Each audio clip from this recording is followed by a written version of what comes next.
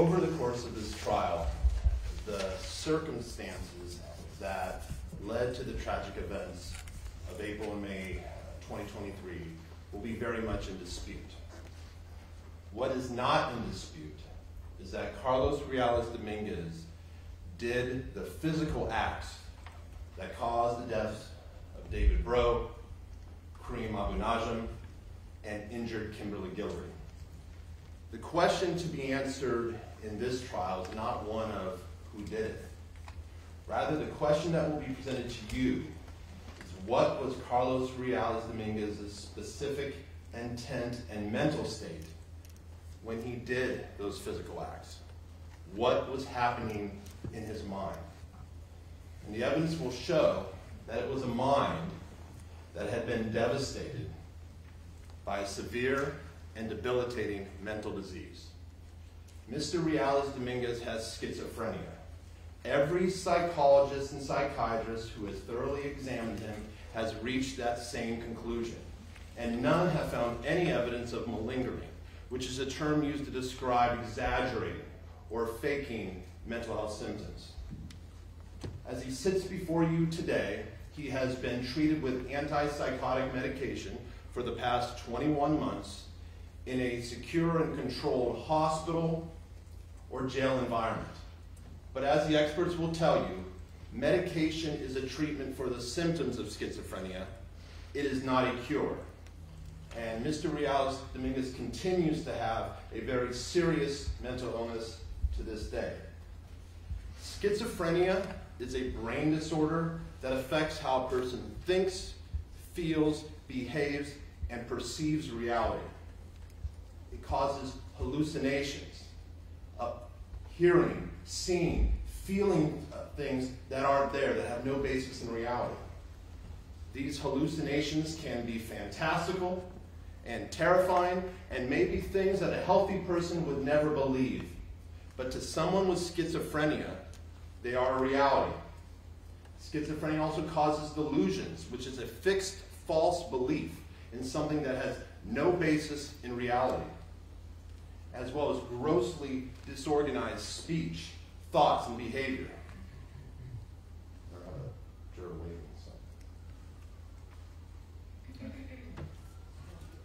Oh, thanks. Just a moment. Yeah, go ahead.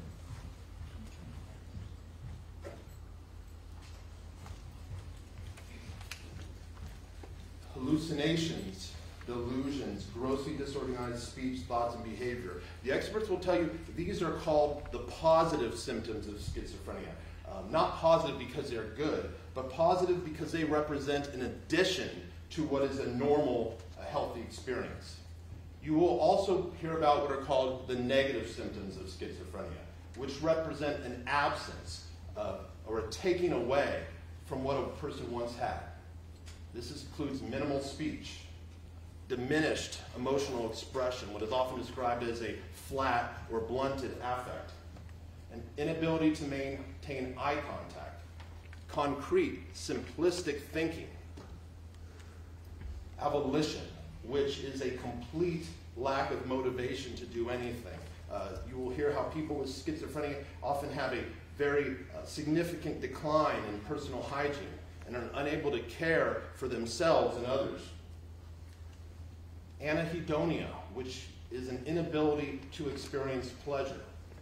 Slowing of movements, maintaining rigid, unusual postures for long periods of time, distrust of others, and social withdrawal. And over the course of this trial, you will see that Mr. Dominguez exhibit all of those symptoms, beginning sometime in the summer after his freshman year. Another hallmark of schizophrenia is the inability of people to recognize that they're sick, to recognize their symptoms. This is particularly common, the experts will tell you, when you have the first onset of schizophrenia, what experts will describe as the first break, before someone has had the opportunity to be placed on medication or treatment, Although it is obvious to everyone around them that they are ill, people with schizophrenia don't recognize that. And because of it, it is common for them to deny all symptoms of mental illness and deny any mental illness whatsoever. Schizophrenia is a disease that attacks the young. For men, the onset is typically sometime in the late teens or early 20s.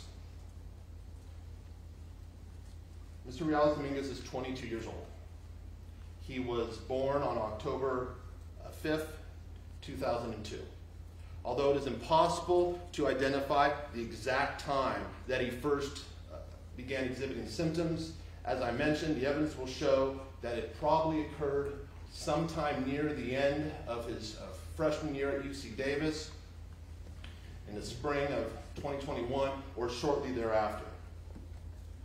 Prior to that, for the first 18 and a half years of his life, Mr. Reales Dominguez was completely healthy.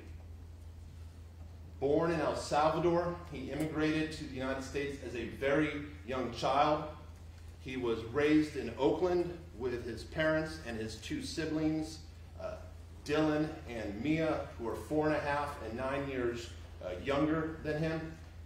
You will see that he was extremely close with his siblings.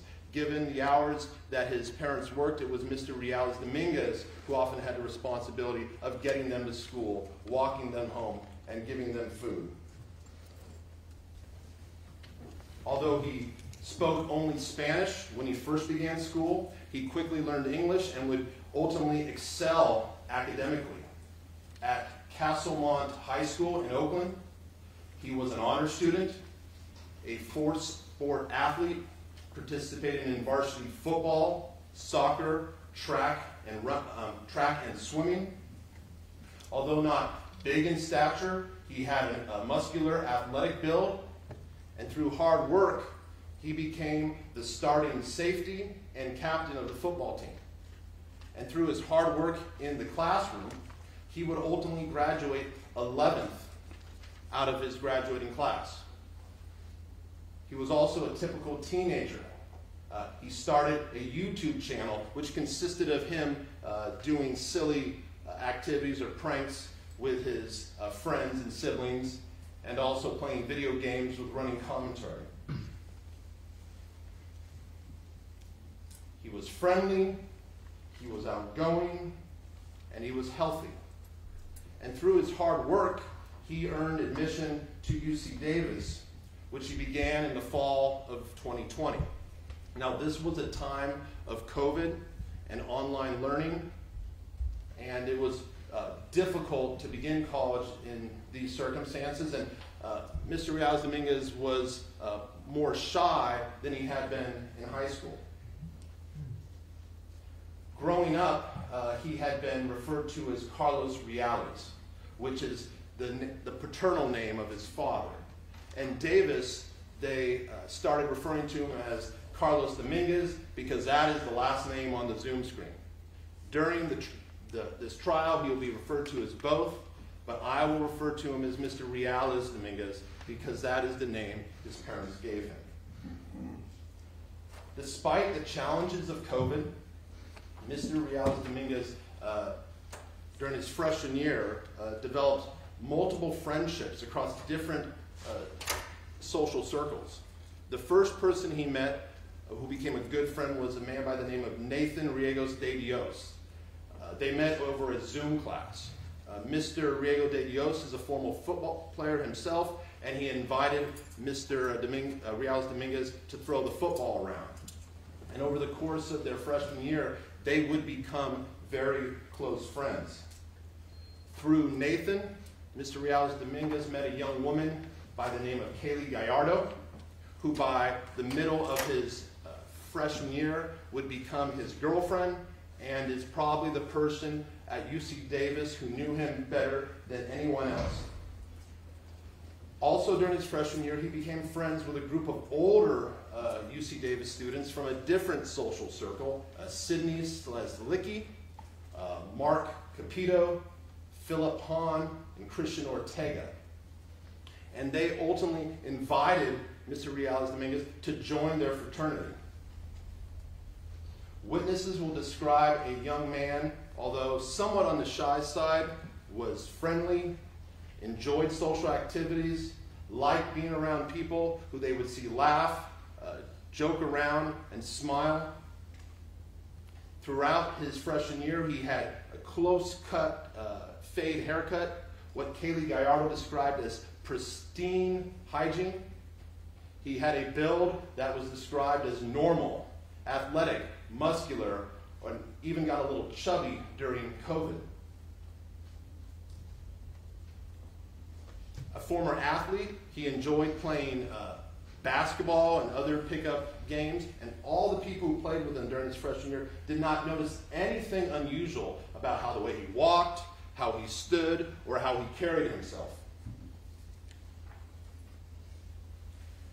Like many students entering UC Davis as a biosciences major, he found the academic work far more challenging than he expected, but he struggled through it, and he finished his freshman year in good academic standing with 3 Bs, 5 Cs, 1 D, and a calculus for neuroscience class that he and many other freshmen had to repeat. Even in the time of COVID, it was a typical freshman experience. And then Carlos Dominguez got sick. There is not a known cause for schizophrenia. They believe genetics plays a large role, but the experts will tell you it is a combination of genetics, brain chemistry, and environmental factors. And like so many individuals who experienced that first break of schizophrenia, Mr. Dominguez was unable to recognize that he was sick.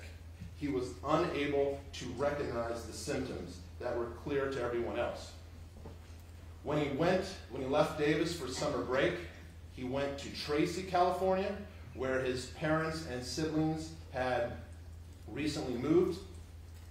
And his sister Mia recalls seeing him several times a day, just staring blankly at a wall for long periods of time. And she saw this multiple times throughout the summer. But at such a young age, she didn't know what to think about it and didn't think to tell her parents. But she did notice that he had stopped showering, which seemed very unusual to her, knowing the teenage brother who had showered multiple times a day in high school. When he returned to Davis for the fall of his sophomore year, he moved into the Parkside apartments with Nathan Riegos de Dios and 2 other roommates. But it became clear to Nathan very quickly that something had changed in his good friend. Suddenly, the athletic build had changed to someone who, quote, got really skinny. And Mr. Riegos de Dios will describe how over the course of that year, he would see Mr. Dominguez moving his lips, like having a conversation with someone, but nothing was being said. And Nathan will tell you this freaked him out. And over the course of the year, which they began as good friends, they ultimately stopped communicating at all. Most of the time he spent his sophomore year was with his girlfriend, Kaylee Gallardo. But she also will tell you the differences she saw between the young man she met her freshman year. She also noted the dramatic weight loss and the pristine hygiene that she had dealt with for the first year, when he had to go back and take a shower before they could do anything, was gone. And she noticed, in addition to this decline in hygiene, he became withdrawn. He didn't want to go out and do anything. He preferred to just stay in his apartment room, making beats with music or writing songs. When they did go out, he was paranoid. She will tell you how on multiple occasions, when they are walking down the streets of Davis or in some other public area, Mr. Reales Dominguez would believe that people had just said something about him. And these were people who Ms. Gallardo knew were clearly engaged in their own conversations or hadn't said a word. And she could not even give you an estimate of how often this happened. She initially said 10 to 15 times, but it was so frequent, she can't even put a number on it. And this obviously concerned her, but when she would try to speak to Mr. Reales Dominguez about it, he just shrugged it off.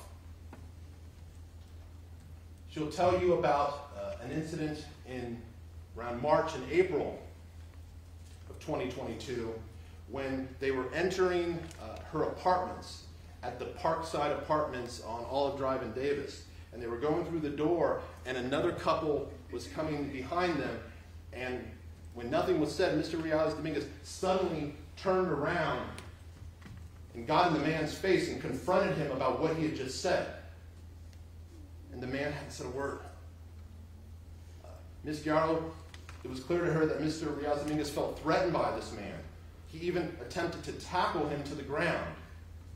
And Ms. Gallardo had to separate them. Unable to calm him down, she then tried to drive him back to his apartment complex, only to have him consistently try to open the door and get out while the car was still moving. Finally, when she was able to come to a complete stop, he got out and walked off into the darkness. And then for the remainder of the night, when she tried to call him and tried to text him, he did not respond. And she was so worried that the worst had happened. And then the next morning, she was able to get in contact with him, and he shrugged it off and didn't want to talk about it.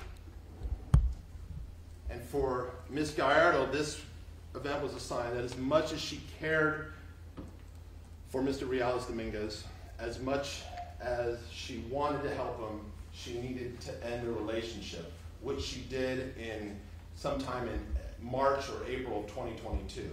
Although they would still see each other occasionally as friends, the relationship never resumed, although it was clear Mr. Reales Dominguez wanted it to. Now, after Ms. Gallardo ended their relationship, Mr. Reales Dominguez's mental illness continued to progress. In late summer, he was able to get a job at the Jack in the Box on G Street in Davis. But it didn't last long. You will hear from a coworker named Gladys Verdeen. She will tell you on her first day on the job where she was reporting, Mr. Reales Dominguez just stood behind the counter and didn't even acknowledge her for 10, 15 minutes, till finally someone came out and spoke to her.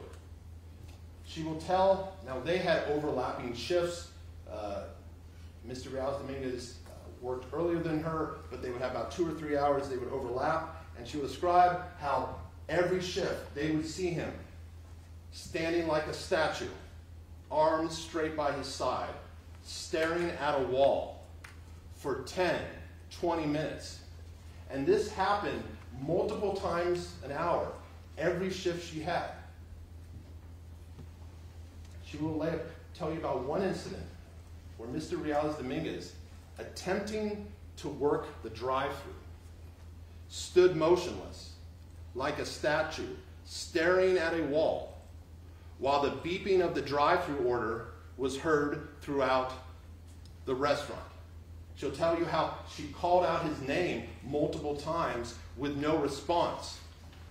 Finally, she walked over, pulled the headset from his head, and in her words, he flinched really bad, got scared, and fled to the back of the restaurant.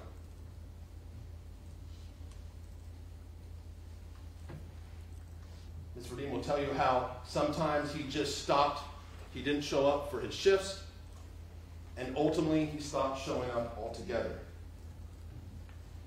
Now in the fall of 2022, Mr. Reales Dominguez moved into a house located at 762 Hawthorne Lane in Davis, where he was housemates with Mark Capito Philip Hahn, and Christian Ortega.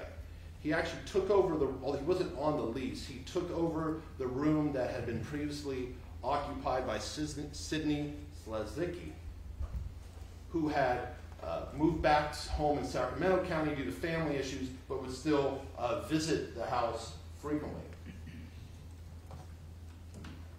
And when he moved in, it was immediately clear to all the housemates that this was very different than the young man they had met freshman year. Extremely thin, with long hair that hung in his eyes. He wasn't showering regularly, if he showered at all.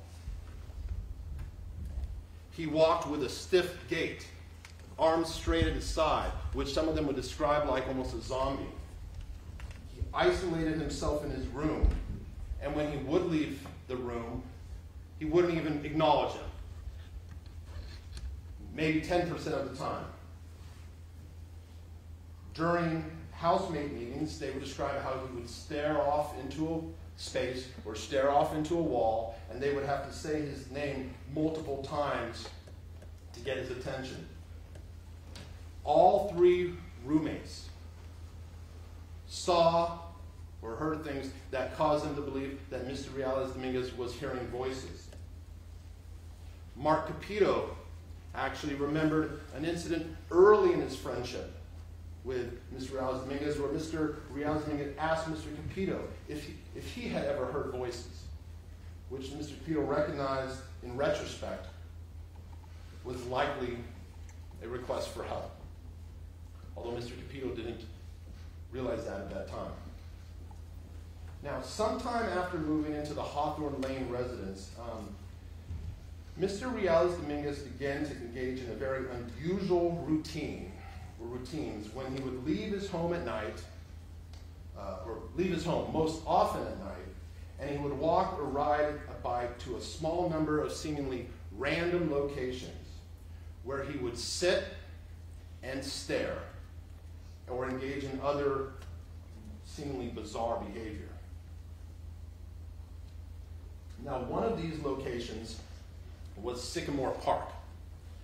Before moving into the Hawthorne Lane residence, he had been to Sycamore Park on a few occasions. He had played basketball at the elementary next door with Nathan, but it didn't have any meaningful connection.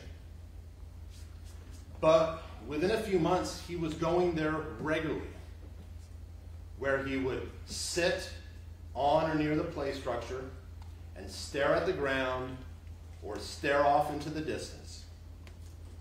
On one of his walks, he found a knife blade without a handle, and he started engaging in a routine where he would take the blade and just try to throw it into the ground, trying to get it to stick, or throw it into a specific tree, trying to get it to stick. And he would do this over and over.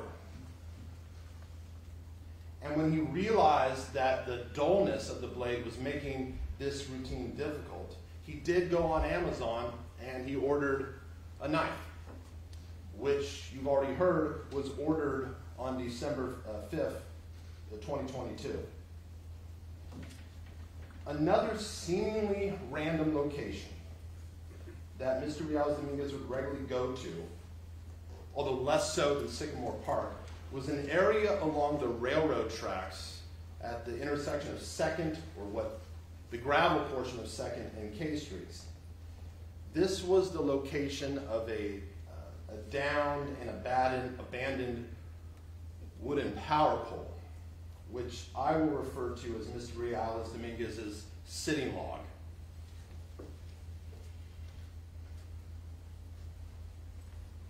Now, during her sophomore year and into the fall of her junior year, which was in the fall of 2022, Kaylee Gallardo lived at the Ryder Apartments, which are right there. For point of reference, over here is the intersection of 2nd and L Street, which was near the area where Miss Guillory was stabbed. Now, when Mr. Carlos Dominguez was living at the Parkside Apartments, he would follow the rail when he would go to visit Miss Gallardo at the Ryder Apartments. He would follow the railroad tracks that run north and south through Davis, and you see they split at 3rd Street. He would follow it east into, which is a gravel portion of 2nd Street, and although you're not supposed to do this, he would cut across the railroad tracks, and then he would enter the Ryder Apartments through a gate. There is a locked gate. It has signs that say no trespassing, but you will see it's wide open, and people commonly pass through there. And somehow, during this time, he became aware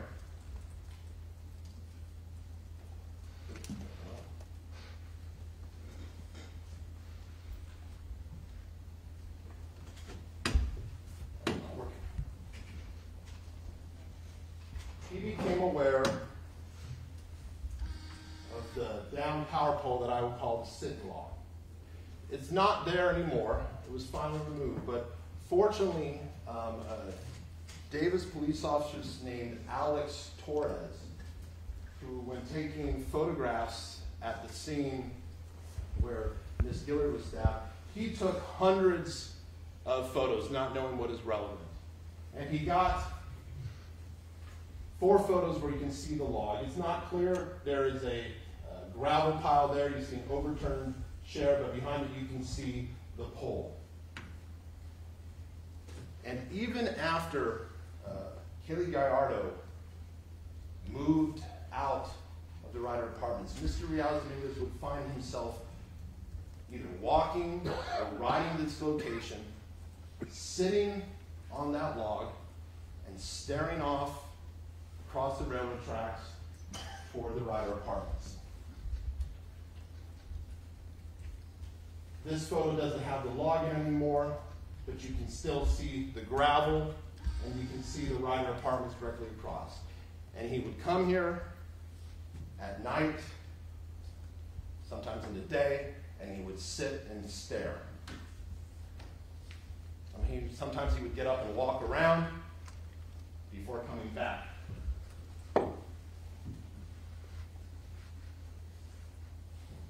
Now, you've heard about Central Park. Unlike Sycamore Park and its sitting log, Central Park was not one of his destinations when he would leave on these walks.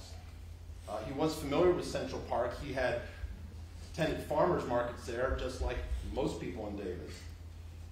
But when he would leave to go on these walks, it wasn't a destination. It was, however, a place he would stop on his way back home, whether from the sitting log or some other location.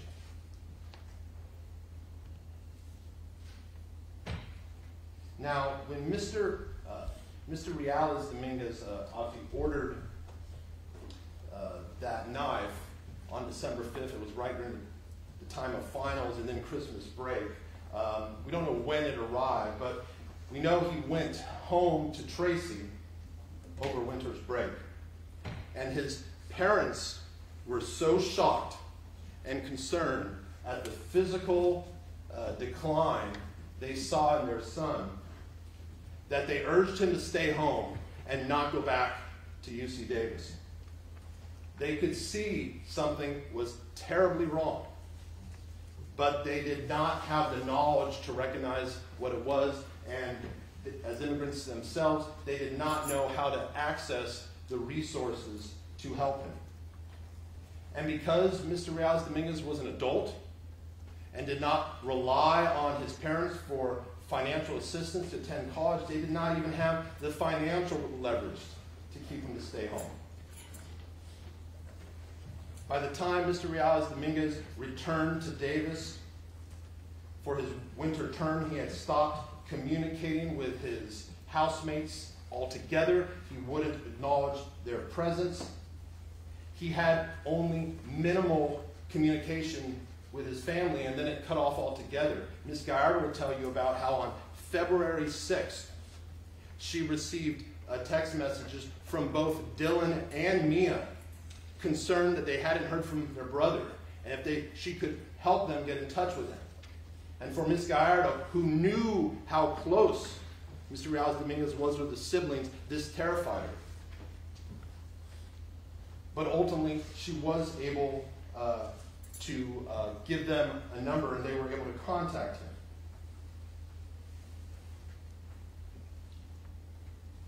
He continued to isolate himself in his room. He would only leave to attend class or go on his nightly walks. And as I mentioned, when he did appear, he walked stiff and erect, arms straight at his side. He continued going on his nightly walks. He started carrying the knife he purchased on Amazon, both to Sycamore Park and the sit-in log, and he would continue the bizarre routine of trying to throw it into the ground, trying to get it to stick, or throwing it at a specific tree. You also see that he used the knife to carve into one of the trees at Sycamore Park what he thought was a face, or something that looked like a face to him. He tried to attend his classes, but his disease made that impossible for him to comprehend the material or perform the work. And you will hear he received all F's his winter term. By April of 2023, Mr. Dominguez was in a state that multiple experts will tell you is florid psychosis, where he was seeing, hearing, and believing that he was being stalked by a group of shape-shifting supernatural beings that he described as the shadow figures. He had these hallucinations for some time, but as his disease progressed, they became more frequent, more vivid, and more terrifying. And you will see it was the progression of this disease and the hallucinations that came with it that ultimately led to the tragic encounters with David Breaux, Kareem Abu Najm, and Kimberly Guillory. When Mr. Dominguez was first stopped by the police on April 3rd, you will hear he was at Sycamore Park, sitting on the bench, staring off into space.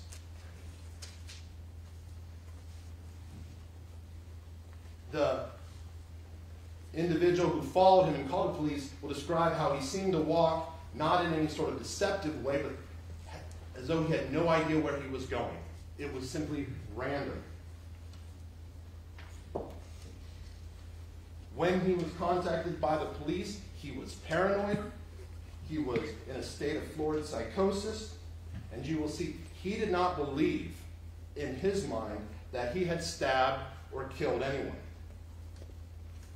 After he was taken to the Davis Police Department, he was placed in an interrogation room where he would remain for the next 7 hours, not moving, not eating, not drinking, not asking to use the bathroom. Detectives Steve Ramos and Matt Muscardini would spend approximately 5.5 of that hours asking Mr. Dominguez leading, forced-choice questions to which they would receive contradictory responses of yeah, no, or I don't know. When they did not get the responses they wanted, they became frustrated, they became angry, and they repeatedly told Mr. Dominguez what they, quote, already know.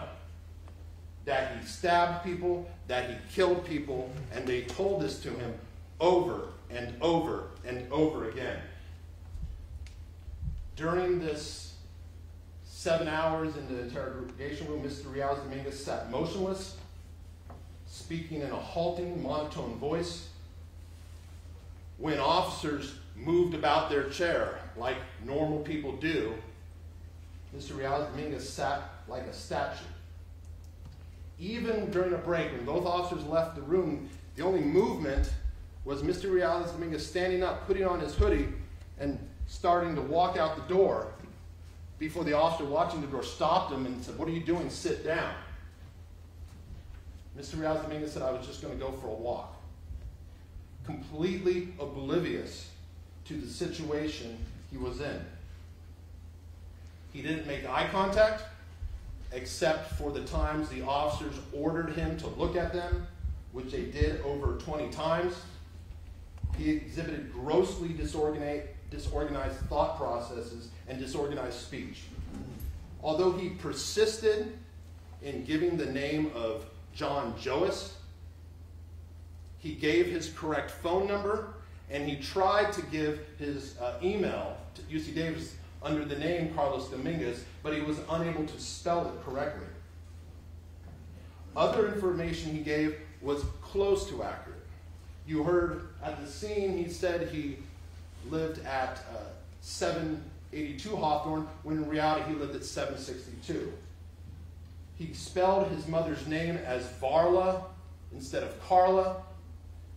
He spelled his high school as Castlement instead of Castlemont. And what experts will tell you, this is not examples of lying, it is examples of a completely disorganized mind. And for the experts who watched that interrogation, it is obvious and clear it is a person who is exhibiting multiple symptoms of schizophrenia. But it was being conducted by two detectives who had absolutely no knowledge, no training, and no experience to recognize what they were seeing. Now, you heard that Mr. Carlos Dominguez was separated from UC Davis. He had the appeal, which was mentioned, that was for academic probation. When he received his separation letter, they simply sent him an email, which he never responded to and never acknowledged that he received it, which there is no evidence he ever received it. And you'll see it is an email written in a way that even a mentally healthy person would have difficulty understanding what it meant.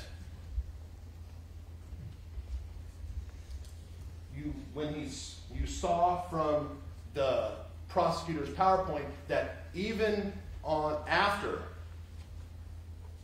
this first two stabbings had occurred on May 1st, he appears to be trying to go to his classes at their scheduled time. You will see he arrived at one almost right as it ended, but then appeared to go to the other one. And then the following day, May 2nd, after the stabbing of Miss Guillory, again you see him trying to go to his classes. And you will see, with respect to this power on, power off summary that the prosecutor showed you, you will see that Mr. Carlos Dominguez had an old cell phone that didn't hold a charge, and this power on, power off pattern existed for multiple months. And there was a very good reason why someone would need to bring a cell phone to a class at UC Davis, and that will be explained to you.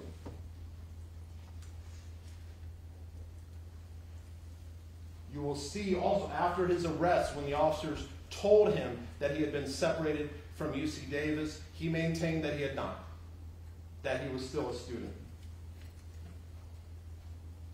After his arrest, Mr. Carlos Dominguez was housed in an infirmary of the Yolo County Jail. He spent each day in an empty cell, dressed in a suicide smock, staring at the wall or staring at the ground. He never expressed any desire to hurt himself. He was in the suicide smock just because of how he presented to the mental health staff.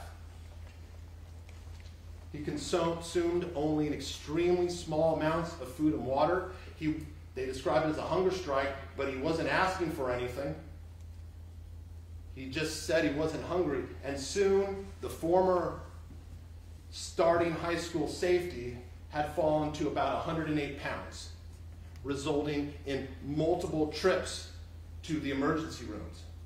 But like so many with schizophrenia, he denied any mental health symptoms. Every question asked of him, he denied. And when they offered to give him antipsychotic medication, he refused. For nearly 3 months, he sat in that cell without showering, without brushing his teeth, staring at a wall or staring at the ground. For the first month, he was minimally communicative. You heard he made statements concerned that he was missing his classes at UC Davis, that he needed to register for classes, and he was wondering if he could have a laptop so he could keep up with his classes, still believing he was a student. Ultimately, he stopped communicating verbally, would only use hand gestures, and then basically stopped communicating at all. The psychiatrist who was treating him at the jail, her name is Patricia Tyler, and she treated him via telepsychiatry. She didn't actually meet him in person. She diagnosed him as suffering from schizophrenia, and she recommended emergency involuntary medication. Medication he would have to take whether he wanted to or not. You will see that finally in late July, he was given a single dose of antipsychotic medication, and finally the jail sought and received an order on August 3rd, 2023, an order from the court that allowed them to administer antipsychotic medication involuntarily. And shortly thereafter, Mr. Dominguez began receiving antipsychotic medication for the first time in his life. Once the order was signed and they showed it to him, he didn't physically resist. You will hear that the criminal case was paused on September 13th, 2023. He was admitted to Atascadero State Hospital for treatment. He remained at Atascadero for approximately 3.5 months before returning to Yolo County Jail in January of 2024, when criminal proceedings resumed. You will see that while antipsychotic medication is very effective, or can be very effective, at treating the positive symptoms of schizophrenia, the hallucinations, the delusions, it is far less effective at treating the negative symptoms. And you will see that many of Mr. Dominguez's negative symptoms, though less pronounced, are still present today. But having now received treatment, received medication, he does now recognize and fully accept that he has schizophrenia. Now, I would like to respond to a few things that was brought up by the prosecutor, because it'll likely be several weeks, if not more, before the defense is allowed to call any witnesses. And they spoke to you about what Dr. Matt Massey saw. He was the individual who found Mr. Dominguez in Central Park at the Central Park, in Sycamore Park, at the location of the stabbing of Kareem Abu Najm. And what Dr. Massey will tell you is that when he approached and he had a flashlight on his cell phone, Mr. Dominguez seemed scared. He said, "What do you want? Leave me alone." And he spoke in a childlike voice. And that Dr. Massey's initial reaction when Mr. Dominguez got on the bike and rode off was that he had scared him. And then he saw Mr. Abu Najm on the ground. What you will see is that although Mr. Dominguez did ride across the highway and drop that bike, he immediately returned back and crossed over that bridge. A young woman named Hannah Cheney, who was riding her bicycle by when she saw Dr. Massey on the phone, before police even arrived, saw someone who you will see was Carlos Dominguez crossing back over. In the state he was at that time, he was just trying to go home. And that is the only way he knew. Another thing the prosecutor said is that there was no blood found at the Hawthorne residence. You will see that statement is absolutely not true. To the contrary, the evidence found at the Hawthorne residence will show that Carlos Dominguez made no effort to clean or wash anything. Another thing I want to mention is that you will hear testimony from Kimberly Guillory and other members of the unhoused community in Davis, and they are very close, some of them are very close to each other, and they speak amongst each other. And you will see they are operating under a belief that approximately 9 o'clock on May 1st, when Kimberly Guillory was stabbed, that Mr. Dominguez was across from the tents, hiding behind trees, scoping them out. This is what they told the law enforcement. This is what many of them still believe.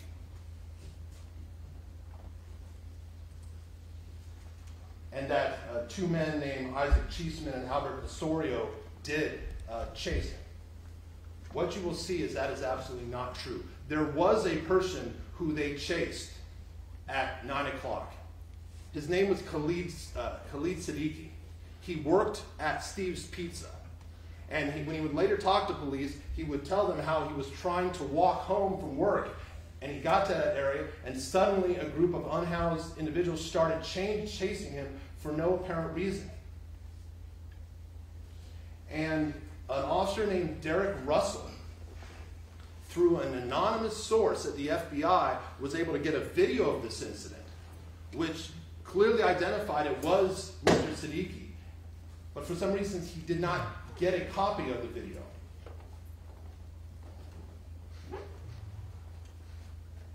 And Davis police ultimately determined that Mr. Siddiqui had no involvement whatsoever, and who those individuals saw was Mr. Siddiqui, not Mr. Dominguez. But you will see to this day, law enforcement has allowed those witnesses to continue to repeat that false statement, even though they know it is not true. You heard just last week, Ms. Guillory was meeting with law enforcement about her testimony. She repeated that statement, and they let her continue to believe it. And keep that in mind when you evaluate the testimony of Ms. Guillory and the other members of the unhoused community, how that false belief affects their testimony. Now, an opening statement is not an opportunity to discuss the law, and it will be many weeks before the judge instructs you on the specific intents and mental states that the prosecution must prove for the charges in this case and the various enhancements.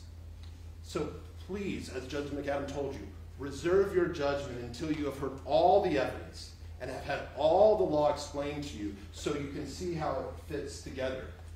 But as you hear the evidence, much of which is going to be very difficult to hear and very difficult to see, please keep in mind, as I mentioned earlier, that this trial is not just about the physical acts that Mr. Dominguez did, but also what was happening in his mind when he did them. Thank you.